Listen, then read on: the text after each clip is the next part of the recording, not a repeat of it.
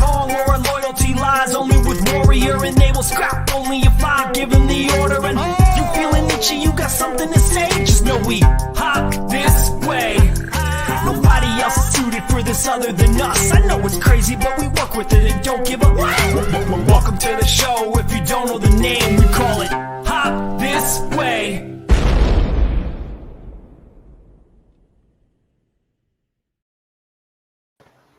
Welcome back, everybody, to another edition of the Hop This Wei Show. And what a fantastic intro by our boy Matt Chua, who's not here right now. But shout out to Chua for that amazing new intro that we have. Yes, big cheers. Go follow him over at Chua America, as you heard in the song. Also, we got joining us as usual, Mr. Kung Fu Hustle himself. How's it going, Frank? Hey guys, how you doing? Yeah, that intro was a nice shot in the arm. Damn, it's dope, right? Like, he killed it. Oh yeah. And talking about killing it, she kills it each and every week. And we've seen her dressed up in her Hop Wei outfit as a hatchet woman, looking great. Miss Rebecca Nishi over at Warrior Max Geek. How are you? I'm fine. Glad to be here again every week. Always a pleasure to talk to you guys. And always a pleasure having you on here. And always a pleasure talking Warrior. Last time we all hooked up was last week. We rejoiced about the announcement of season 3. I feel partial, like we had a hand in this. Like, not this show, but I feel like we fans really did have a big hand in this. And what a great feeling to see that it's going to be coming back for season 3 and see what's coming. But we are here to talk about episode 8 of season 1 of Warrior. This episode, they don't pay us enough to think. I love that they do this with these episodes as well. They give each title from an actual saying that is said in that episode, and this one was said, of course, by Bill. First off, before we get into this episode, what did you guys think of this episode overall? I'm going to start with you, Rebecca. Well, let me think. I don't know. I think Assam being circled for masked guys. Right. When Father June is testing him at the end of the episode, and he throws them in that room, and they just kind of jump them, and they're all masked there. Yeah, that was so Bruce Lee. Kicking ass, like in circles. And it was kind of reminiscent of Bruce Lee. And what movie was that? Enter the Dragon, where he fights all the black belts at the beginning. I think each move of him has some kind of scene like this, but the most famous is Fist of Fury and at the dojo.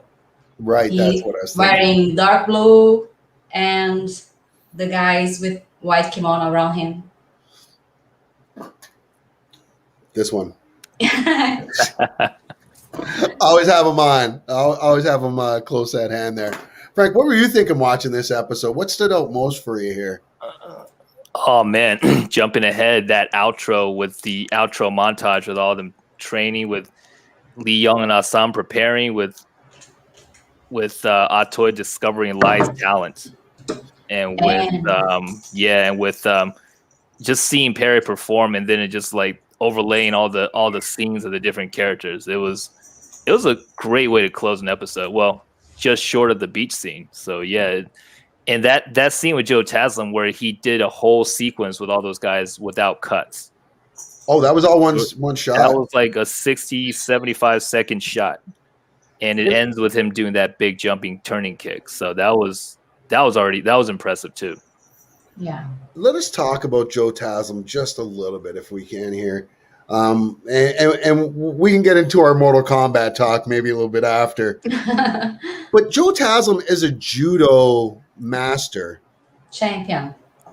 who is basically just Rain Man when it comes to martial arts. You put some type of discipline or form of martial arts in front of him, and he's learning it and looking like a black belt in such a short amount of time. Like, have we ever seen an athlete like Joe before? And I'm including the Master Bruce.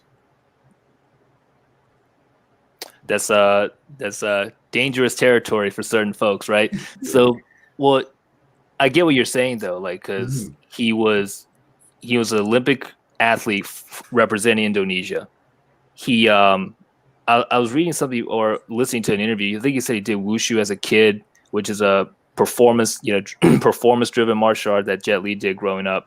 Yeah, and he did. I think he did taekwondo. He boxed. He did a mixture, and then I'm sure now that he's done work on the Raid with Eco and all those guys, he's picked up a lot of the silat and a lot just the way those guys choreograph, right? So I wonder how much. I'm sure that has some influence in the whole show's choreography. Also, the way they is almost like is not as theatrical and as acrobatic as like the Jackie Chan '80s stuff, right? But is also not like just like a straight on knockdown drag out. Basically something like if it was like Leary having one of his cobblestone fights, right? It's not like that, but it's somewhere in between. Like they'll have moments. It's almost like Daredevil with higher levels of athleticism. So which is saying a lot. Yeah. No, which is saying a lot because I honestly give Charlie Cox a lot of props for all the work he put in for Daredevil. Not to flip the shows here, but I'm not sure who the fight coordinator was on that show, but they did a fantastic job with him. Yeah, no, I enjoyed those. And I enjoy these more because it does have those moments. It's like it'll have a lot of knockdown, drag out, brutal moments, but it'll have every once in a while they'll throw in something just incredibly brilliant. Now that they got Lai's character waking up, they got more and more of Li Yong coming in as he's preparing for the fight, and also he's just becoming more of a well-rounded character. And we've seen it a little bit from Young Jun within his ability. Bolo's gone, but we still got some elite folks that are still there. So yeah, oh for sure. And this show is full of great martial artists and full of great characters who are great actors who are beyond just great martial artists or just great actors. They've got the whole package here. And we see that with Olivia Chang a lot in this as well. Like she is one of the most fluent, or not fluent, but just fluid, I should say, in her martial arts. And when you watch her, it's truly like watching one of the great katas out there. It feels like you're watching a truly epic ballet, if you will, when she's got a sword in her hand and doing whatever it is. And I've seen that with her here and as well on Marco Polo, her character there as well. Okay. So I don't really know where I'm going with that. I just want to just put it out there that I think Olivia Chang is one of the most badass women on the planet, and I need to see more of her. Let's get into this episode, though. This episode starts off where we left off, and that is the Big Tong War in the middle of Chinatown here. Now, watching this back, we talked about this before we started this episode. We all kind of remembered it being a lengthier battle than it was. But it was just basically just that opening sequence, and then they cut to the intro, and then it's the after fight. Tell us a little bit about that for you on your side, Frank. You've dealt with stunt work before and combat fighting. What was it like watching that opening sequence, and what would it have been like for you being a part of that cast if you had been there? Sorry to clarify, I hadn't actually done stunt work myself. Oh, okay. Like I've done martial arts with stunt people. Like a part of one of the martial arts group I'm in has a lot of folks out there in LA. Shout out to my boy Brian Sloyer out there leading that group. But that's about the extent of my any direct interaction with that world. So I can't say what would it be like for me to be a part of the cast, right? Because I know that stage combat, movie combat is very different from real life, from or athletic combat. I don't like making that. I don't like that phrase. That phrase is a little bit loaded, but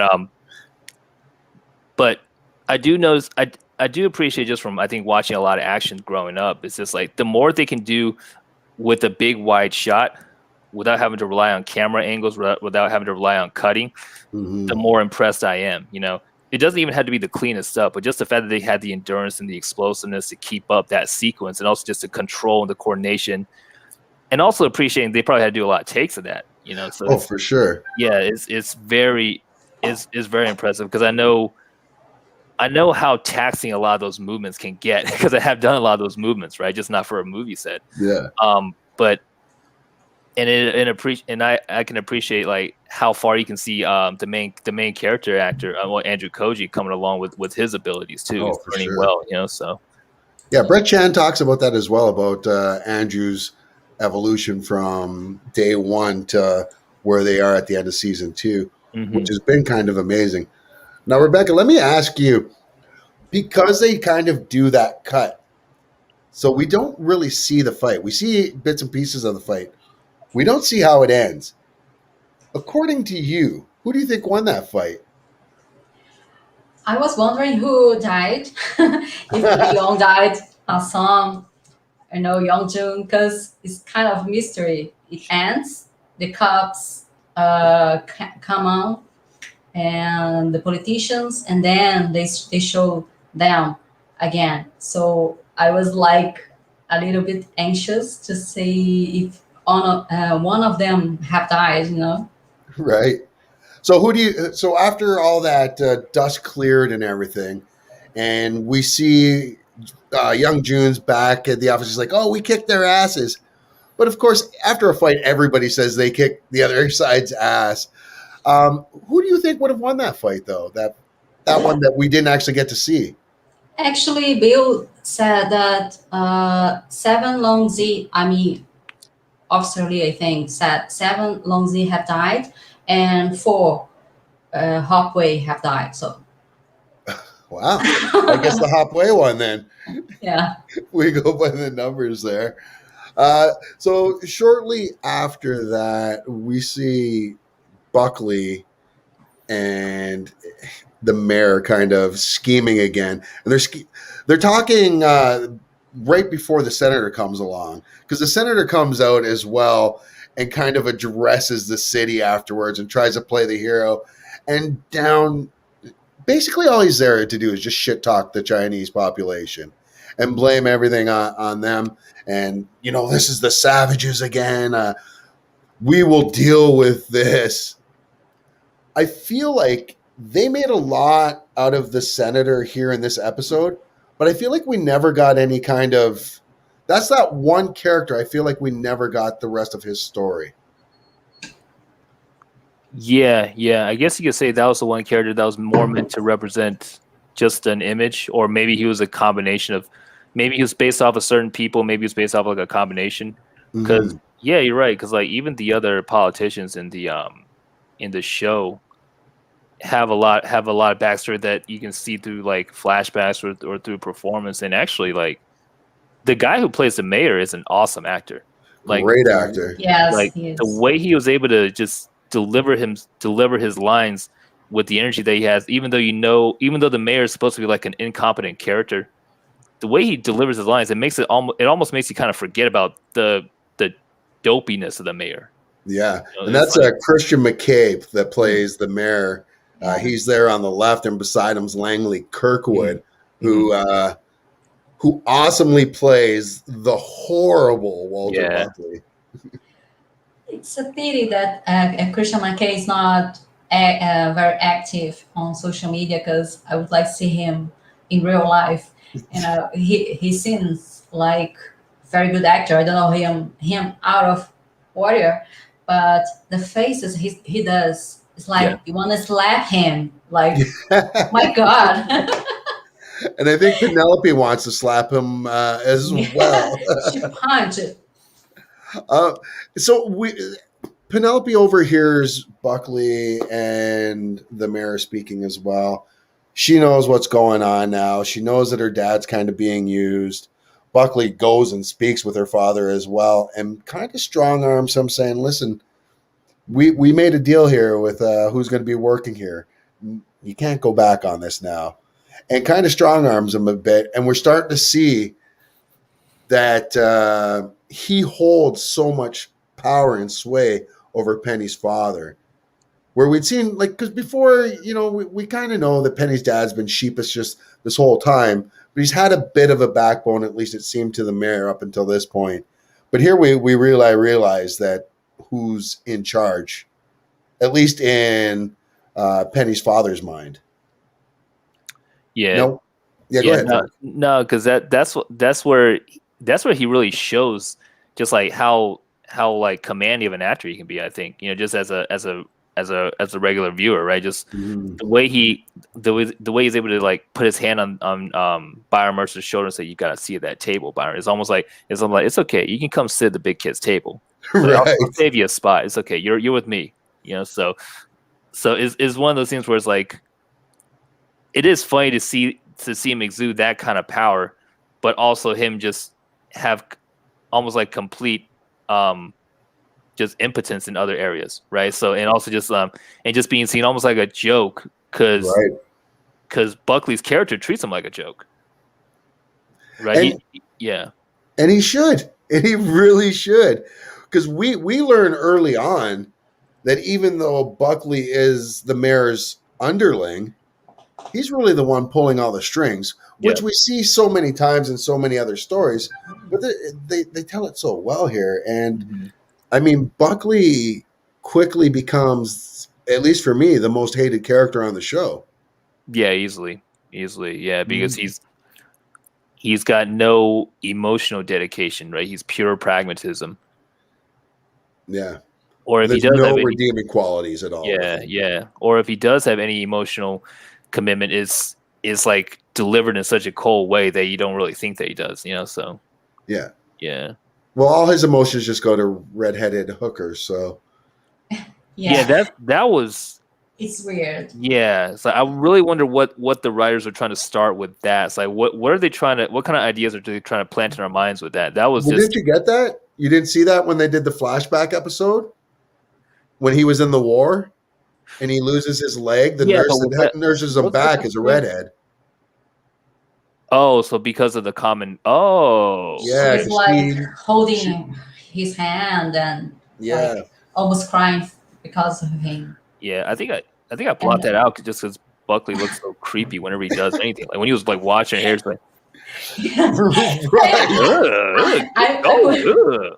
put on the group once that does he kill the red woman after washing the hands?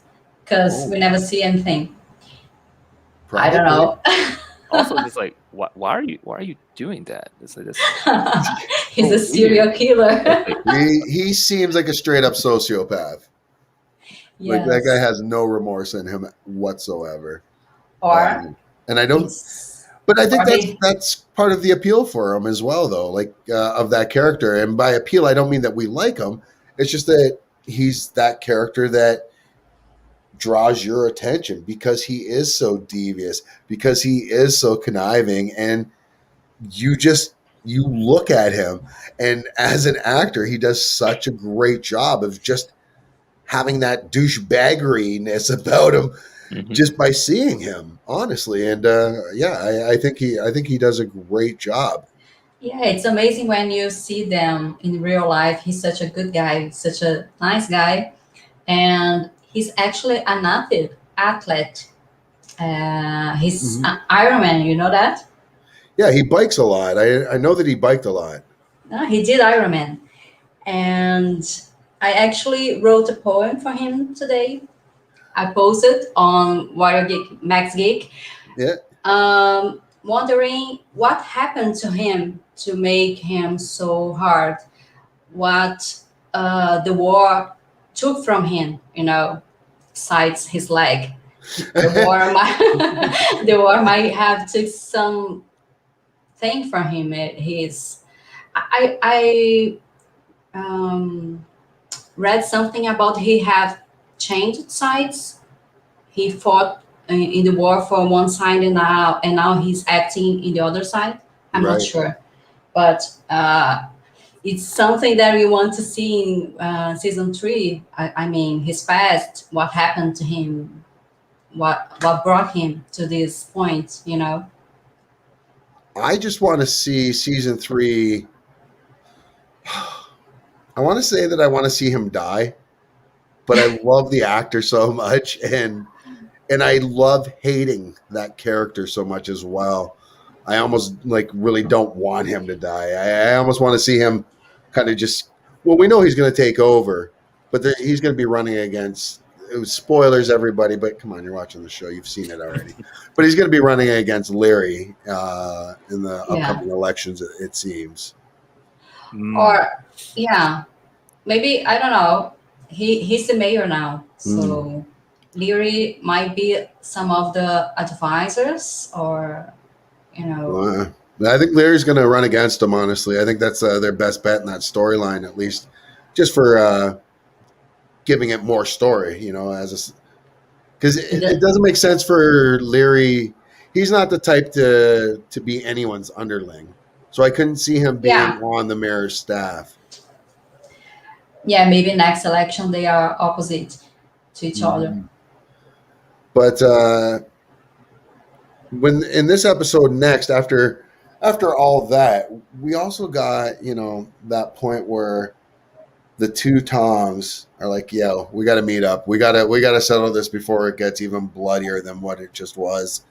And this is the first time, like, Father June's like, yeah, I'll meet with them. And young June's pissed. He's like, we cannot do this. Like, we're not going to go over and, like, we just kicked all their asses. Why are we going to go over there and listen to Mai Ling after she's the one that started all this shit? And he's like, I want to kill that witch. Yeah. And I think maybe it's just me. I think he had a point. I mean, from the position of power that they were in, it seemed like I get they had the Feng Lao? Feng Hai, yeah. Feng Hai, yeah, sorry. Yeah. I get that they had the Feng Hai working with them, but still, you're still dominating the street war right now. I'm kind of with young June. What are you guys thinking? Well, no, you go, Frank. Oh, no worries. Sorry. Yeah, I guess at this point, you know, maybe Father June's feeling a little bit more vulnerable because he did get hit in that explosion. True. And excuse me. And you know, now that Bolo's not there to be his right-hand man, now he's got I was thinking about it, it's like Bolo was almost like the son that Father June wishes he had, and young June's like the one that he got. It's like oh shit, all right, I gotta teach him not to jump at every fight. So now, you know, maybe he just feels very, very unstable in his position, you know, and also the rival that he knows is no longer there. So and he says it right. He's like, I don't know Mai Ling. I gotta meet with her to know what I'm dealing with exactly. You know, maybe I guess at that point it's almost like he seems like he's trying to say, yeah, if we want to have the war, we can still have it, but let me see what else there is first, right? So, yeah, so he seems like maybe now, because he knows that his son is always going to be go, right? He needs to be the one to say, no, wait, maybe not yet. So. Yeah, because he's trying to pull in the reins on young June and try to let him use his head more than his emotions, I guess. Mm-hmm. Yeah, he agrees. Father Joe agrees that they have more a larger army, you know, more warriors, but in what cost of this? You know, how many men they would lose in war against Mai Ling, because they don't know how far they went with alliance with the Feng Hai. That's he's considering the damage of going through the war now, you know. And I mean, it's such a tough position, I would imagine, to be in, because like you said, Frank, he wants to see what Mai Ling has got, But also, if you've got the power, you would think that you'd want to just squash her out right there at the top, right? Mhm. You know, that's take the head of the snake off, and the rest of the body falls, right? Yeah, or maybe he has more plans, to kind of like reinforce the Hopway while he's maybe stalling a little bit more time, like because he's, I guess, just to like read into it a little bit more, right? Like, he's been the head honcho there for a while. Like he's got True. roots there, right? So he might have some tricks up his sleeve that we hadn't seen yet up until this point. And I don't know, maybe he does. Maybe he has the understanding that he doesn't want the police attention either, because if with the senator being in the Chinatown street with all the dead bodies, so there might be all that running through his mind because which episode was it that they had those short monologue where he was talking about how the Chinese have no rights and no power, but somehow they're being blamed for every economic, he said Oh, we're being blamed for every economic woe in this country, right? So he had that monologue. I I think think it was season 2, though, wasn't it? was it? I'm not sure. Crap. Can't remember. Yeah. Well, Yeah, I guess no, it's not I really, remember it, though. I guess it's not really a spoiler, but Oh no, not really. yeah. So now I'm trying not to. Now I'm trying not to like look like 10 episodes down the line to go back to this point in the series. Yeah, look at him, that wise old man look, So He's so good, though, and he's so powerful. And I don't know if you guys have watched Boogie yet. Have you seen Boogie? not yet, Oh no. my god, so good. What I tell all my friends, and I'm like, if you like He Got Game, you'll like Boogie. Oh, really? Okay. I do like that game. Very similar. The tough dad, Mhm. hard on his son, just to like, let's get this scholarship. Mhm. Then the mom is just like, you can't trust your dad. Dad's a piece of shit. Okay. Perry Young's the dad. Yeah, Perry Young's the dad, and Oh wow. Okay. Tiger Dad. it's really good. I really did enjoy it. I think it's not available in Brazil, unfortunately, but I really want to see it. Mm. Mm. Well, I mean, I'm sure it's got to be playing somewhere around there. But so they meet up. Myling meets up, and Father June, young June, reluctantly, they're all there, and they discuss things. And Father June agrees to a truce under his circumstances, and he makes it known that he doesn't like Myling, he doesn't trust Myling, and that the second he gets a chance, he's going to take Myling out. Now, I don't know where we kind of go from there, because this is almost the first time I've seen Myling in the entire series coming at things from a position of weakness. And I'm including when Bolo attacks her as well. Because even when Bolo's attacking her, she knows she's outgunned, but she's still going ferociously. Here, she doesn't have that ferocity. Yeah, I think she doesn't know how smart Father June is. And when she says, "You killed our town's leader," and he answered, we know you were already the leader, and she makes a face like, I got caught, I didn't know you knew. Yet everybody knew. Yeah. Like, everybody knew. So they come to this reluctant truce, which, how long is this really going to last, though? Like, honestly, we know at that point that this is just a truce in name only, in face value. My question, I think, going forward, though, is why hasn't Myling ratted out Assam yet? Because she's given him how many warnings at this point that he's got to leave, or at least leave that Tong, and he hasn't. And we know that she's quite ruthless when it comes to her brother. I'm wondering why it takes so long for her to kind of out him, and why it didn't happen. Maybe not like this episode, next episode. Mm-hmm. Especially the next episode, because she did not want Assam fighting for for the Hop Wei. Mm-hmm.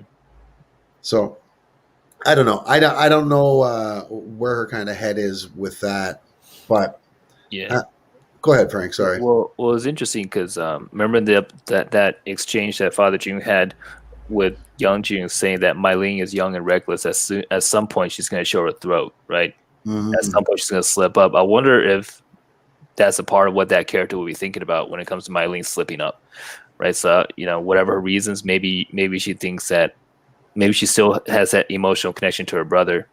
Maybe she, from a pragmatic point of view, is hoping that her brother will still join her, and then have someone defect from the Hop Wei and join the Lonzi, and really that would probably be a really big shift in the landscape, right? Assam and Li Yong on one side, right? So, wow. And so maybe those are some things that are potentially running through her head, and maybe is also kind of in accordance with almost like the not quite a prophecy, right? But like a declaration by Father June, saying she's gonna slip up. She's inexperienced. She doesn't have the perspective and the foresight of. There we go. Speaking of our warrior ladies. There we go. Still got it. Yes. I am taking you guys with me, so. We weren't sure if we were going to be in there while you got your shot. Shot? No, got a test. So I can travel. Oh, right, yeah. I knew you would take this wax with you at the hospital. Oh, yes. We got it. You got it. That has a flower. Such a fun accessory. People in there must be thinking, what is happening right now? Oh, I know. I'm pulling out weapons. In a hospital. Hawaii, though, they're used to it. I don't even know what that means. We came to a drive up testing site, so we're like ready to wander around and shit. Best of luck. Best of luck. Hold on, I'm multitasking with you guys right here. Yeah, all good. Well, we were talking about it. We just finished talking about when they got the big meetup there, and I think we've lost Steph already. Hold on. But we're talking about the big meetup where they're trying to just kind of come to a truce there, and Mylene, as we said, was kind of coming at it from not a place of dominance for once in this show. But I do when you were talking there, Frank, I was actually thinking about it. Maybe one of the reasons why she hasn't outed Assam is because she was keeping that in her back pocket, giving her something, for down the road if she needs it. And maybe she really is that master strategist, as we've seen her be. Could be. Could well be. Yeah, could well be. I mean, up until this point, we know that she doesn't mind walking into an Irish person's house. Right? In Chinatown, going into the Irish neighborhood, and she's able to make the backdoor deals with Buckley herself because she's the only one who can cross that language barrier, right? Aside from Chow and Assam, yeah, and she, obviously is not in the marriage for love, at least not just for love, right? So it's one of those things where like she just shows up until this point she had to be calculating already. So it's like, how reckless is she really going to be? Like maybe after a few initial slip ups because she is still new to that position, but it's like maybe Father June's underestimating her. And like Rebecca said, though, Father June said it. She's been the leader for a lot longer, like since before Longzi died, right? So, and we were talking the last time what we would expect for season 3, and I was telling that I wanted to see this relationship between brother and sister because I don't know why she hates him so much. It's not only because she got married with the old man, I would like to see that they growing up and he always being reckless and she always like saving him, and he always trying to prove himself, trying to to show he's the best fighter and everything. And maybe she always have been Machiavellic, Oh yeah, yeah, since young ages. Oh yeah, yeah, yeah, yeah, yeah. yeah. And I can see that the Machiavellian part with her. See, we had her back for half a second, almost. So what happened after this? What happens after this little meeting here? They Um, what we happened? have I mean, yeah, a Well, we toy know that session. Assam and Penny meet up afterwards, and they have Yeah. a little tete-a-tete. And Penny basically breaks things off with Assam after the big fight, realizing that there's a lot of violence that comes with I this can't guy. hear. And he I assures can't her, hear. he's like, "Yo, man, I can. You never have to worry about me." And she's like, "I know I don't." But it's all the stuff that comes with that, all that other trouble. Yeah, because she heard the mayor and Buckley talking that some guys have died on street. They were discussing this, that it's going bigger than they wanted. It's becoming a national um worry, not only local, issue. It's like becoming national. And she was hearing this, and she was wondering if Assam was on the fight, if he had died, and she was waiting for him at the night for long hours. He didn't appear. Then she heard this, and she was like, I don't want to live like this, and if someone discover that we are doing this, I am the mayor wife and you are a criminal, so Yeah, how's you're going like to end? public enemy number one, basically. Yeah. And I'm the mayor's wife and sleeping with you, which But is mostly I crazy. think she was afraid to be suffering like this all the time. Like if he doesn't show up, she will die in worry. Mm, that's true. And I could see that with her too. And you see the struggle that she has with it, but you also see, as much as she's got that bit of struggle, she's dead set, and this is the way it's got to be. So she's like, this is it. There is no saving this relationship at this point. Is the way she's thinking. Now after this, though, we come across Bill and Lee strolling through Chinatown at night, and Bill's being followed by some collectors. And they confront him, give him the old this, and Bill goes crazy and starts bashing the Feng Hai right in the face with his billy bat. And Lee pulls him off and is like, "Yo, what's going on?" And Lee knows. Lee knows that Bill's got this gambling problem. He even says it to him at this point. Yo, man, like, what is going on with you? How much do you really owe? Now, Hmm. because I know we've talked before about this, and I'm pretty sure it was you, Frank. You're not a big fan of this character, Bill, at all, eh? Like every time he gets some kind of redeeming qualities, he always kind of shoots himself in the foot. Yeah, I mean, I think for me, he becomes more sympathetic later on, right? Mm. But up until this point, right, he hasn't done too many things that are redeeming yet. He's done things that I think maybe a lot of people can understand why he did it, right? To protect his family, he pounded that guy's face in with his cane, right? So, Yeah. and that was the most brutal scene in this series up until this point, man. That scene was like Yeah, it was. nausea to watch, right? So, but yeah, he just has, I guess it's like, he's just such an angry character too. Like he's just such a grumpy character. Like this, everything is like, this is bullshit. You know it, bullshit. Well, he even goes off on his captain in this one, saying, "Listen, I Yeah. want off this beat." And the captain's like, "What do you say? You've been screwing up. How am I going to take you off the beat?" And he's like, well, if I do good, you guys are going to keep me here. If I screw up, you guys keep me here. I'm damned if I do, damned if I don't.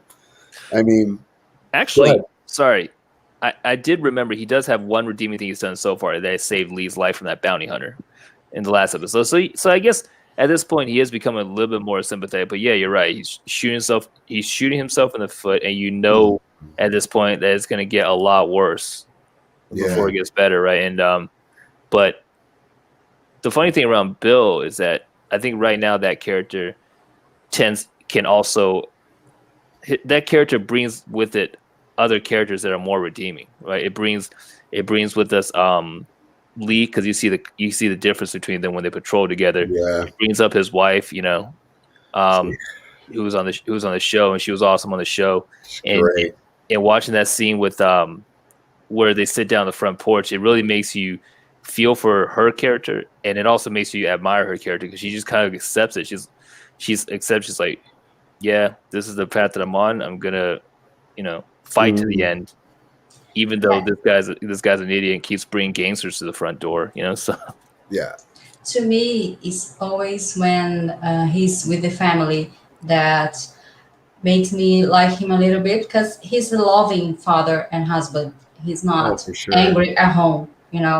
He's angry at work. And once he did say to Lee that Chinatown has you can die there in many ways.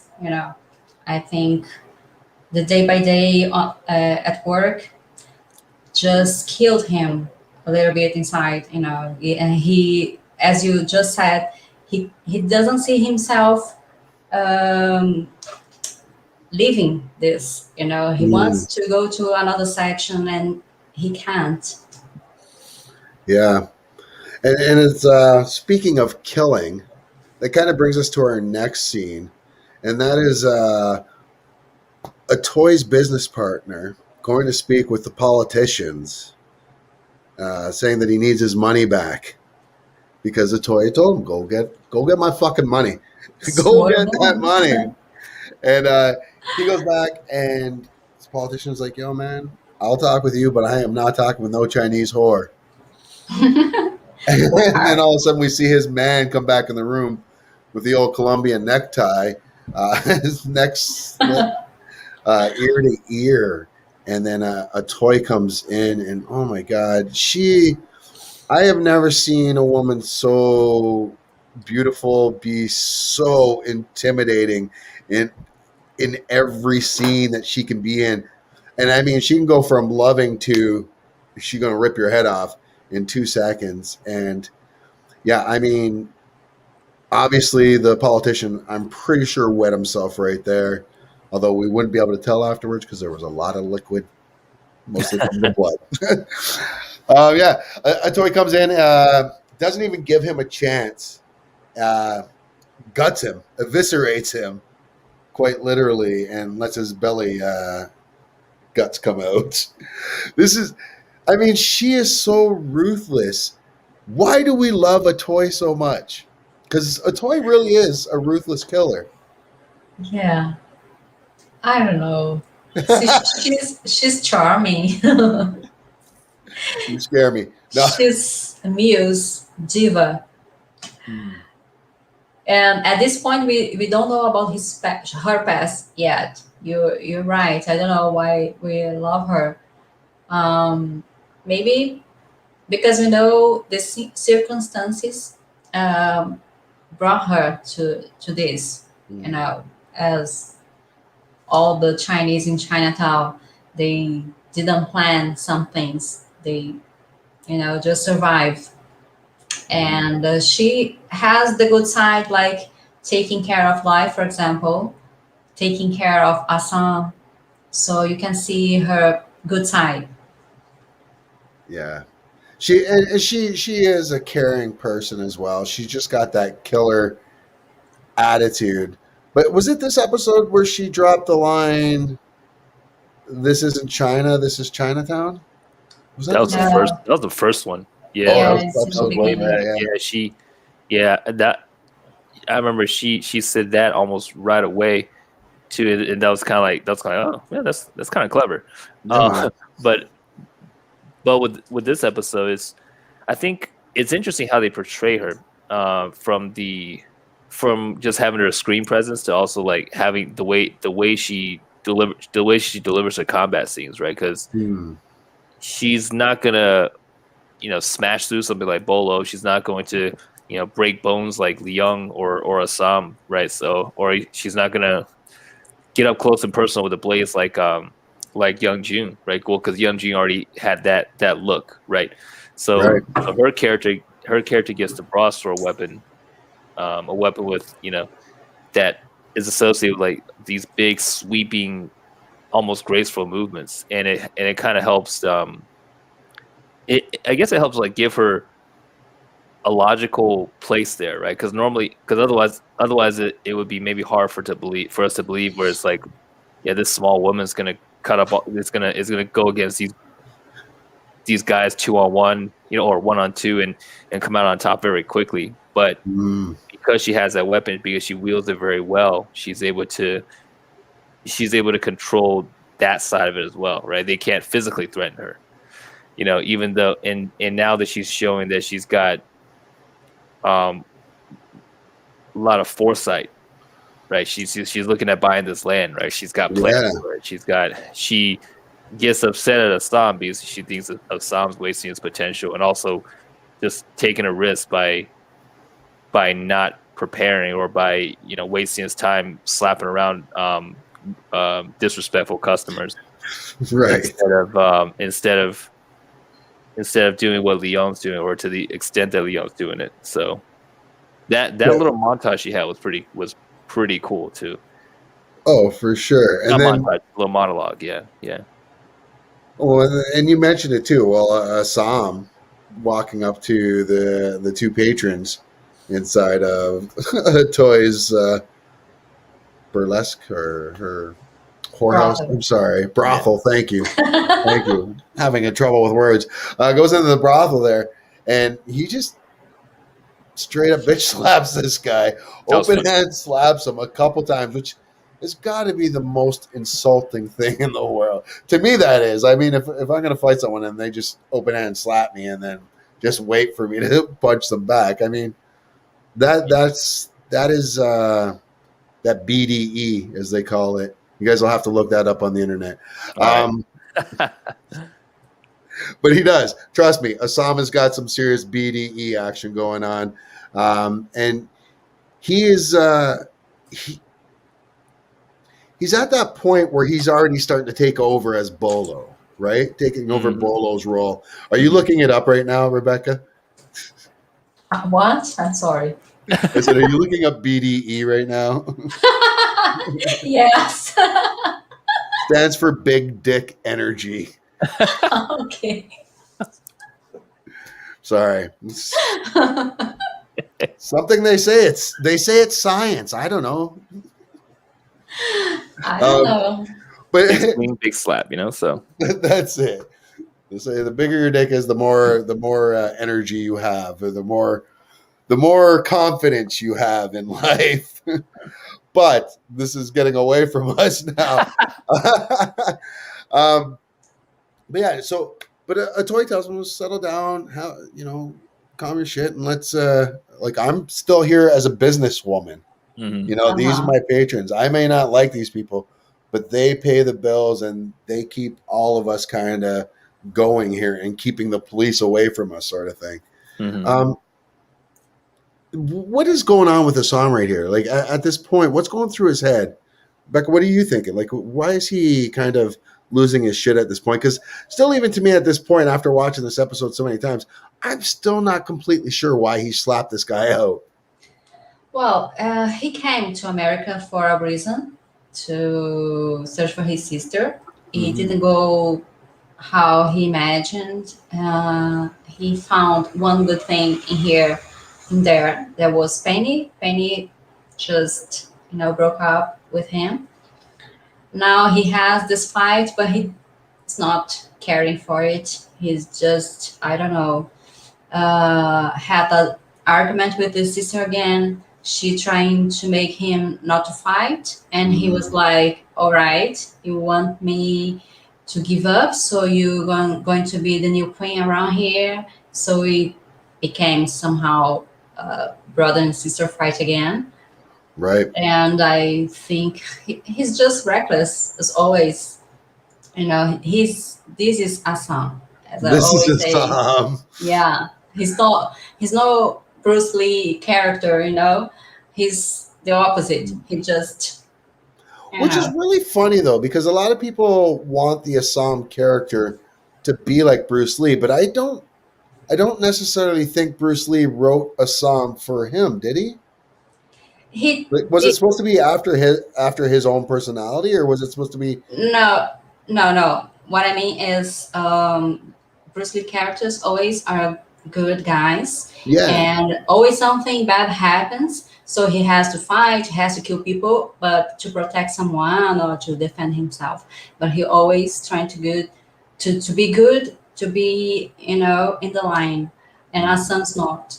I don't know how Bruce Lee wrote Assam. He quite sometimes wrote as a blind warrior, like hmm Zaitochi, which he loved, and he was supposed to be a son, but I don't know how much he described a son. I know Andrew Koji told in some interviews that in the beginning they were trying to, you know, um, be do a some a little bit quite Bruce Lee, but then they decided not.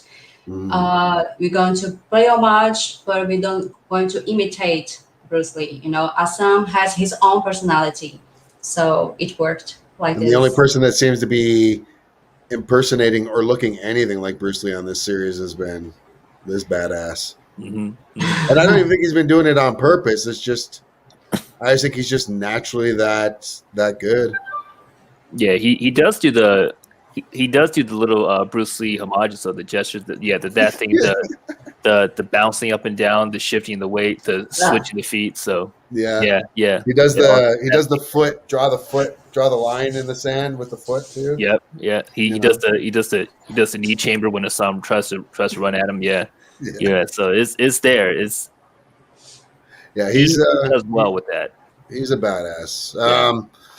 So we're gonna kind of fly through the end of this episode just because I want to, before we leave, talk a little bit about Mortal Kombat before we go, because I know I've seen your thoughts, both of your thoughts on the movie, but I'd like to share that with everybody else if we can. And it is Warrior adjacent because the lead actor in that movie, our boy Joey Taslim, as we were just talking about, playing Sub-Zero in there. But in the movie, though, in Warrior, the next thing up that happened is Mai Lang meeting up with Assam late at night and her trying to tell him, listen, break a leg, do something in training, just don't do this. Li Yang will kill you. And here's my question to both of you. Do you think Mai Ling was saying that out of legit concern for her brother's well-being? Or do you think she was saying that because she thought her brother might actually beat Li Yang? I'll go with you first, Rebecca.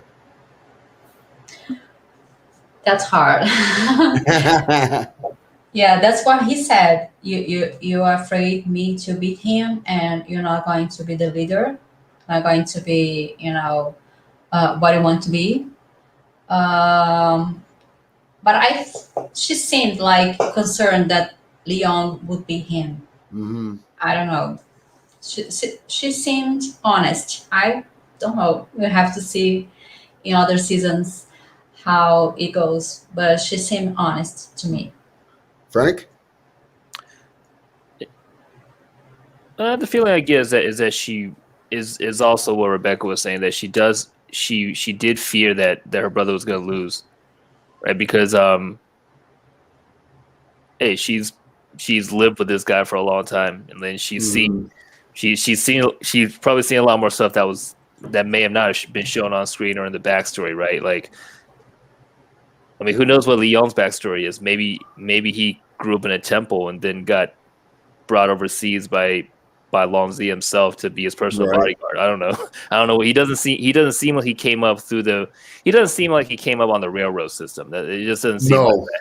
Like no, he's not at clearly all. a specialized member of the Tong, right? So, but that's what I felt. That's what it seemed like. It was. I don't think it was the power play, at least not the way that character was showing in that moment. So Yeah. So up next, we see Larry talking to the Irish out in front of the Banshee here. And just saying, like, listen, this isn't a rail raid. We're not going to let these guys take our jobs again. He didn't say it as nicely as I just did. He's just riling up the troops at this point. And without trying to, he's solidifying his political dominance in this section of town. And he's already had that, yet he doesn't realize he's got this kind of political sway. And people say that to him later, like you don't realize that how much your word carries the vote of the Irish here, like people will do what you want. At this point, is this where we start to see Leary get to that point where he's had enough as well? Like where he's like, all right, now I've had enough. Now I'm ready to. You thought I was bad before. Now shit's about to really hit the fan. yeah, well now he's got pulled with one of the top employers, right? Right. So because he went and sat down with the guy who was eating breakfast and scared the crap out of everyone in that room. Right. And basically said, hey, this is what you're gonna do, or else I'll sick my dogs on you. Right. So, or it's like, I can't control what happens next. Maybe these guys are going to be unemployed and angry and violent, So, and you do see him actually do good things for the other Irish people. Like when in this episode where he tells that guy to go see the guy at the boarding house to give him food and a place to sleep. So his hat. Yeah. So there's legitimate reason for Irish people to support him at this point, So For sure. yeah. So it's and on top of the fact that there was the the racism against the Chinese, and he's able to probably articulate it in a ways maybe that they can't, and he delivers it in a way that's strong, right? So, because right after that scene, remember there was that wagon of coolies who roll by and they throw rocks at them, right? So it kind of shows. It was showing. I think the writers were trying to show us one, how the Irish felt desperate, but two, also how the Irish felt entitled and superior to these other guys who were getting the jobs for much less money and probably much more difficult work. Yeah. Right. So that was a big loaded moment, And, yeah. The thing that was rough for me in this series is how they kind of blame black people for the whole turmoil between the Chinese and the Irish. Yeah, they do mention that in the first episode. Yeah, well, not even just the first episode. They mentioned that in a few episodes, even when they go to that black bar and stuff, or the two black guys that show up at the Banshee. And he's like, listen, we fought your war and told you to leave, or we fought this war for you to have your freedom, and now you're still here, still taking our jobs. Mm-hmm. And then they're like, we're not going to let the Chinese do the same thing to us that you did to us. Yeah. That's true. Yeah, that's an interesting thing to pick up on, because it's one of those things where it's like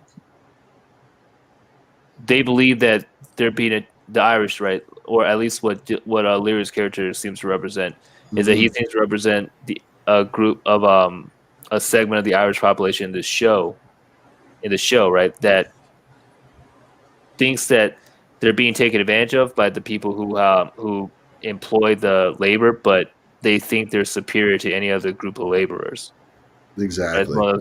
You can still see kind of like the entitlement and that's where you see the entitlement and the racism in these Irish characters, right? Towards anything Chinese.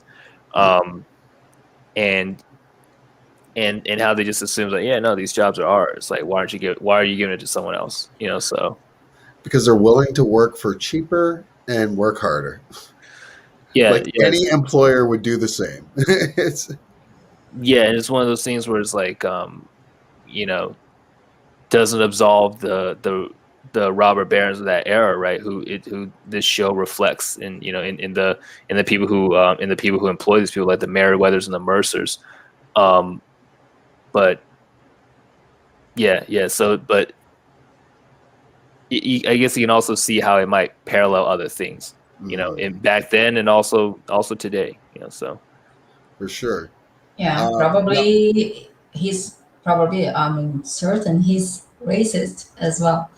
oh, for sure. So he, as you were saying, he thinks he's better than other races, and probably the politicians that brought the Irish to the fight, to the war, told them some story that they would be part of the country, they would be part of the nation, and now they're like, hungry. They want something. Yeah. They need some food. Feed us. So we move on from that scene to Leong training. And then after that, it kind of dissolves into a scene, and we see a toy show up. And a toy sees our girl Jenny Umbao, who plays Lai. Mhm. And she's seeing Lai fuck around with those swords and show what kind of talent she's truly got. And you just see the sparkle in a toy's eye and a little smile Yeah. come across her face. She's like, yeah, I've got another one with me. And that was the first time we kind of seen Lai as well, in that kind of sense of knowing that she could be a kick-ass warrior as well. This was a whole big montage of training that we see at the end. Because we saw that. We saw, of course, Andrew Koji, Assam training. What is that apparatus called? Training on. Yeah, I believe the Cantonese name is Mokjong. My Wing Chun friends would know much better, but it's a Wing Chun training apparatus, also called wooden dummy. So yeah, using it to train different attributes of martial arts, block strikes, blocks and counters, body movement, a lot more as well. So yeah, so that's, I guess, also could also be a Bruce Lee tribute slash homage, right? So it's because one of his primary systems, his main teacher was a Wing Chun teacher. And yeah, I love your cat. no, they're great. They're great. They're in the background. They do their own kung fu back there sometimes. Yeah, man. like spin, turn in the air. I was like, I wish I could do that. It's like capoeira. Yeah, seriously. Or catawera. That was such a dad joke. I wasn't gonna say anything about like that, but I wasn't gonna call it that. But yeah, now that you have, so, but yeah, no, it's what were we talking about? Well, we were just talking about the final kind of sequence there. The Wing Chun. The Wing Chun. Yeah, the Wing Chun wooden dummy. Yeah. Now, so everyone finishes up that montage. We think the episode's over. They fade to black, comes back up on the beach, and we see some person in a mesh, and we've got Bill and Lee there checking things out. And it is the senator that a toy had disemboweled. Yeah, I mean, they kill a lot of people. I'm surprised. And they get, like, the bodies are found all the time. You would figure a toy would be getting a little bit better at this. Maybe she doesn't want to hide it. Now it's different because it's a businessman. It's not Irish against Chinese or Chinese against each other. Someone important. So they figured why Steph is Chinese back for the end. I was watching you guys. I couldn't. Okay, so I couldn't comment because I'm in Facebook jail, but I was still listening. Well, that's all that matters. Hey, you could have went to YouTube and commented there. Oh, that's true. That's true. See, since I'm on lockdown on one of them, but I can't. That scene with Lai, where she sees Lai, I can't. That is such an impactful scene for me. And she's just so happy. She's just so almost as happy as you are right now. Well, I'm unwrapping something else to show you guys in a second. So, Well, basically, that was the wrap of this episode that we watched there. As we said, we found a toy's handiwork or her leftover, maybe leaving it as a warning for other businessmen or other white men to leave the Asian women alone. yep. Maybe. I don't know. But this overall, I watched this episode and I was really excited going into this episode thinking this was one of my favorite episodes. There wasn't a whole lot actually happening in this episode. I'm starting to think it was the next episode that I was more in tune to and more of episode 9, season 2 as well. I may have missed it. I have one quick comment. Did you notice what the mayor said when they were talking about politics and the money pot? Yeah. Yeah. Refresh. Did you guys talk about that? He said, poker. yeah, this is politics. The money will change different hands, but it stays at the table. Mm-hmm. Yeah. Meaning they keep it all in the see same place. Got a seat at that table. Somebody else is going to get paid. Mm-hmm. House always wins. Yep. Always. Yeah, that I think they put different scenes in there to send more deliberate messages, and I think sometimes, and I think overall the writers do a pretty good job of putting them in. Sometimes it might feel a little shoehorned. Sorry, I got cat hair on my pants. That's why I'm looking down. But it's but yeah, that part where that scene with Penny at the donors party, right, at the mayor's party, where she was directly defies the senator in front of everyone, and there's so much that gets said because she gives the brief history rundown about the treatment of Native Americans, and the senator responds with, "Well, we came with God and civilization," and she goes to, well, just because we use bullets compared to tomahawks, we somehow we're above them. And then he talks about lamenting the presence of those that they exploited for their labor.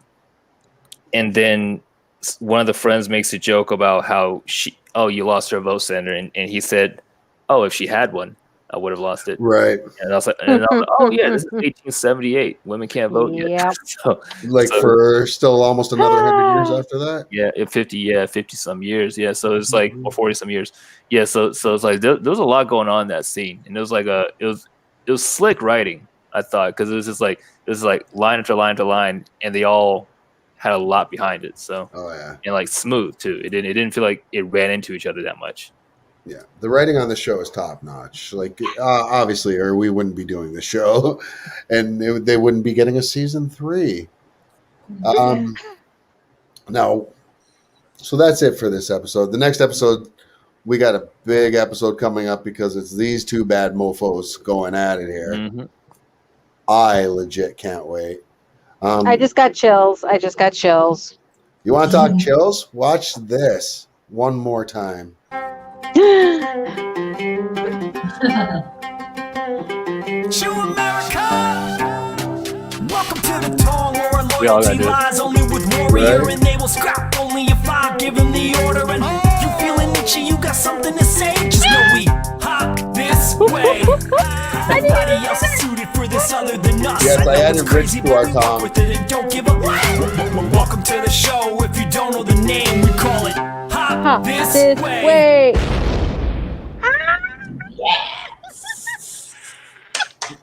She was awesome. That is so fabulous. Shout out to our boy Matt Chua for coming up with that amazing Matt. theme song.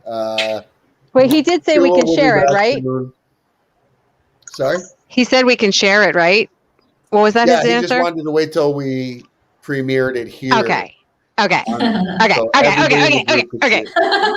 But yes, now we could share this to show how good it is. I could send you guys a link to it, how I've got it with the video as well. Yes, please.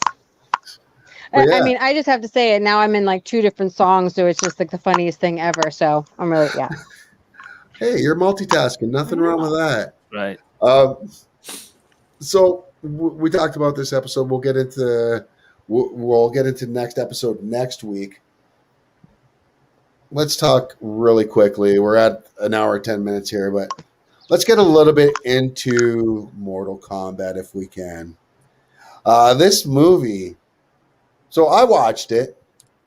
I think I'm one of the very few people on the planet that enjoyed it. Like, I didn't hate it, but I'm seeing so much hate from Really? everybody about this See, movie. I haven't gotten to because I mean I've been running Yeah. around over here, and I what think- happened? I think I've they made a heard- big mistake adding Cole, but aside from that, I didn't Hmm. mind it, honestly. And people are like, "Oh, it's even worse than the original." I'm like, go back and watch the originals. Like, really? Like, I mean, it's a it's based on a video game, so to me, it wasn't. Yes, I wasn't exactly. expecting too much. This kind of movie is like has many flaws on the script, but it goes so fast that you don't even have time to think, and you try to catch up.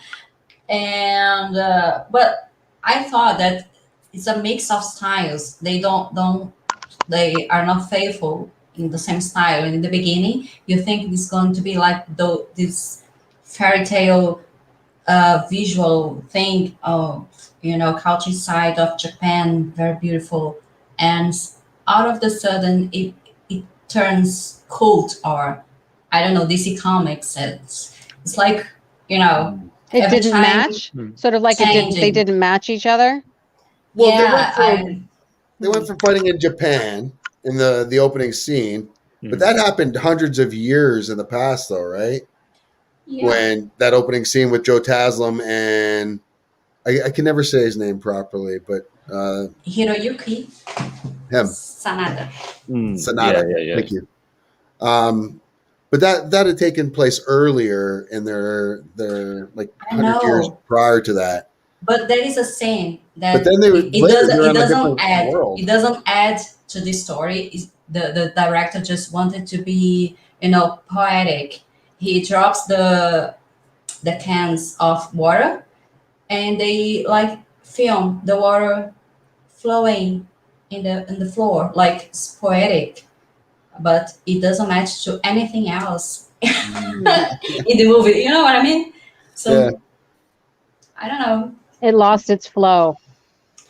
Yes.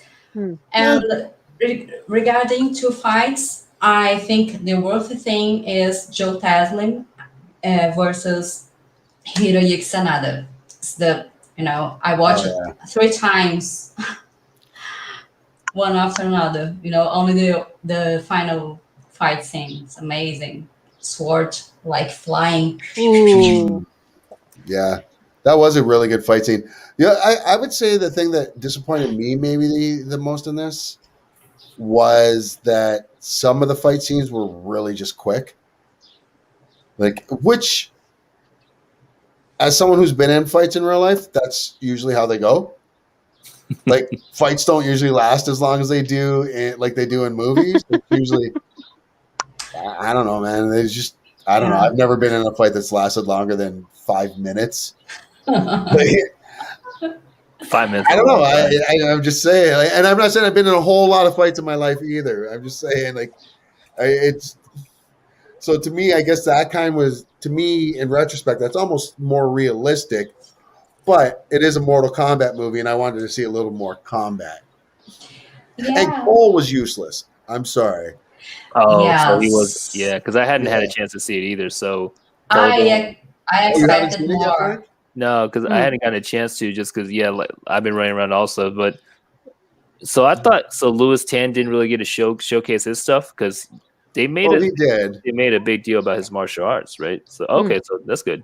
Yeah, he did do a lot of martial arts in the movie. Mhm. It's just that character it's a brand new character, and it's just there was a lot of it that just didn't make sense.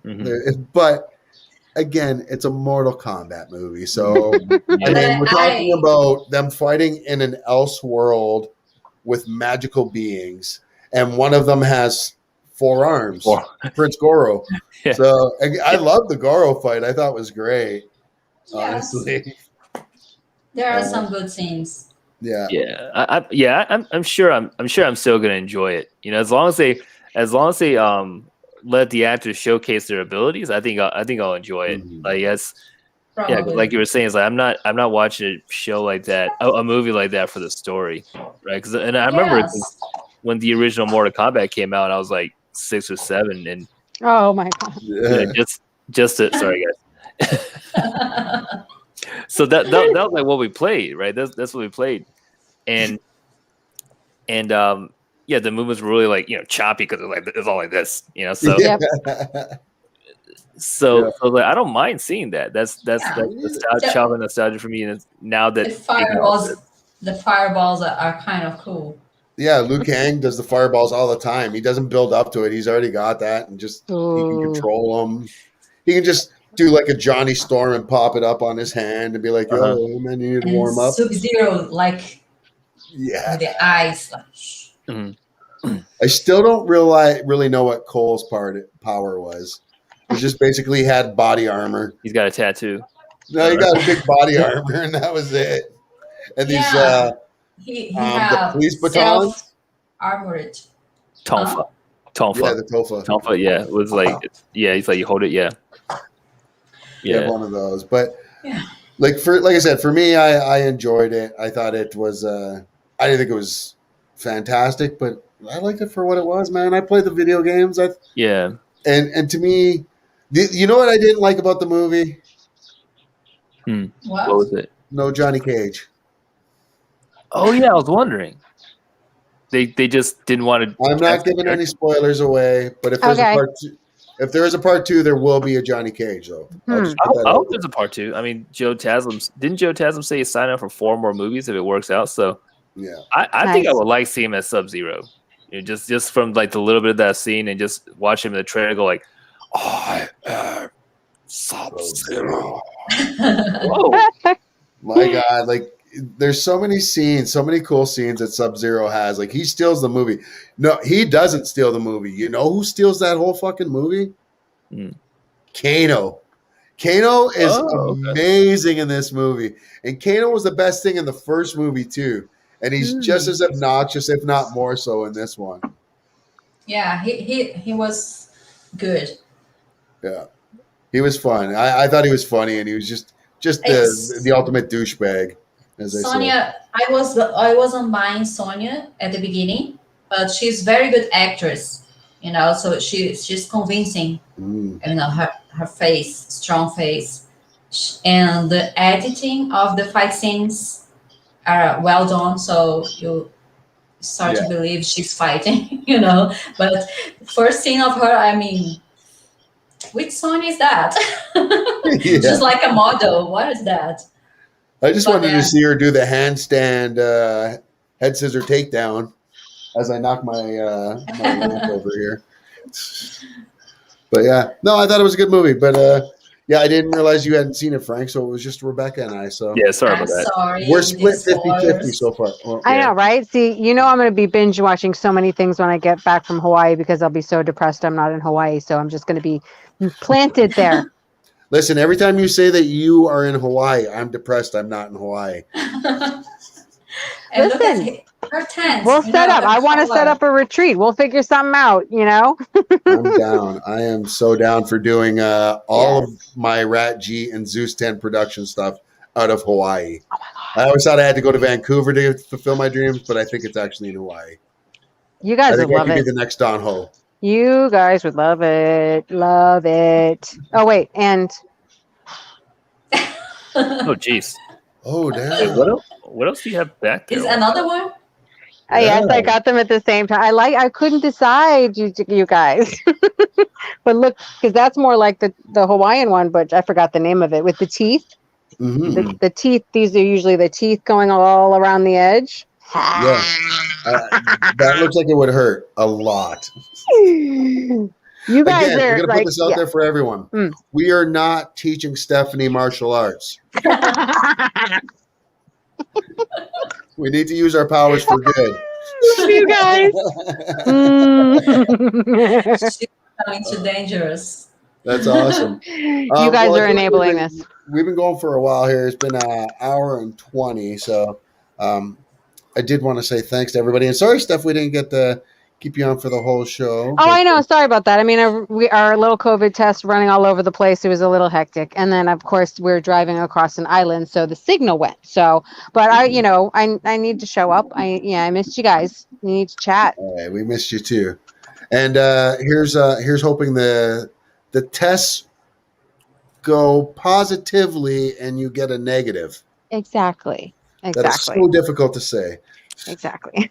I hope things go good and you get negative. Exactly. Lovely. Anything you guys would like to part on? I'll start with you, Steph, because we haven't seen you.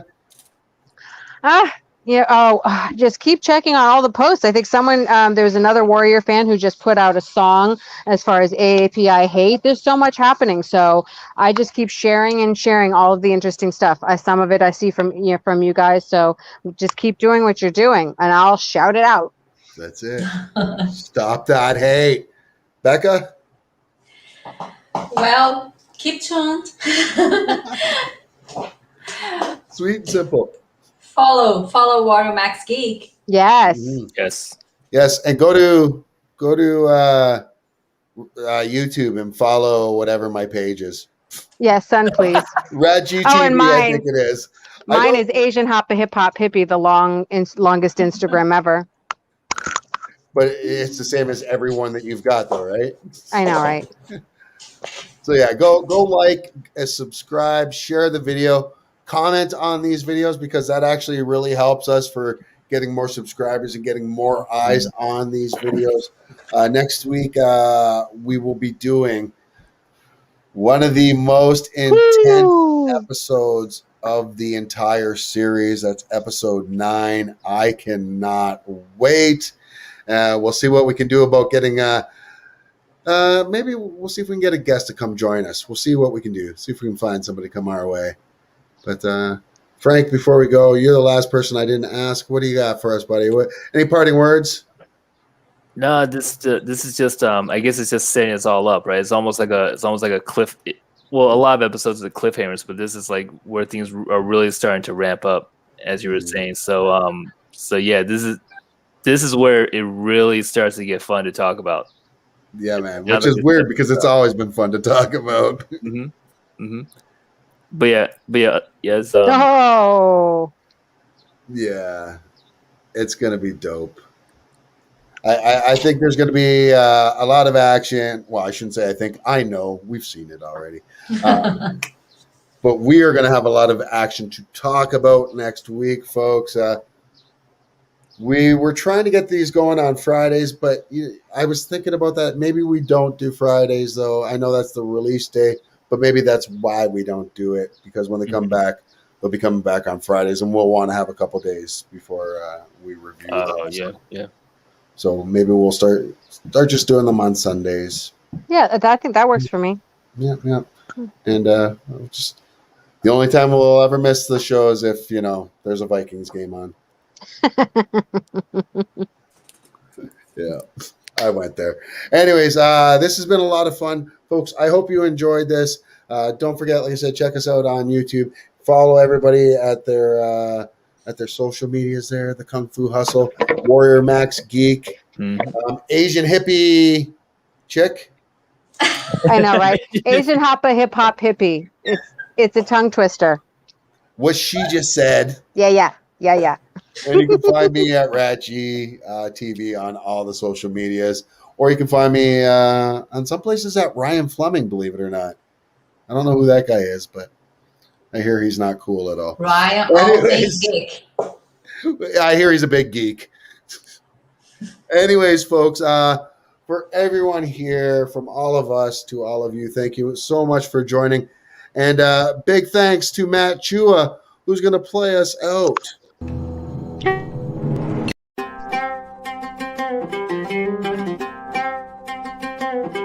To America! Welcome to the throne where our loyalty lies only with Warrior, and they will scrap only if I give them the order. And you feeling itchy, you got something to say, just know we hop this way. Nobody else is suited for this other than us. I know it's crazy, but we work with it and don't give up. Welcome to the show.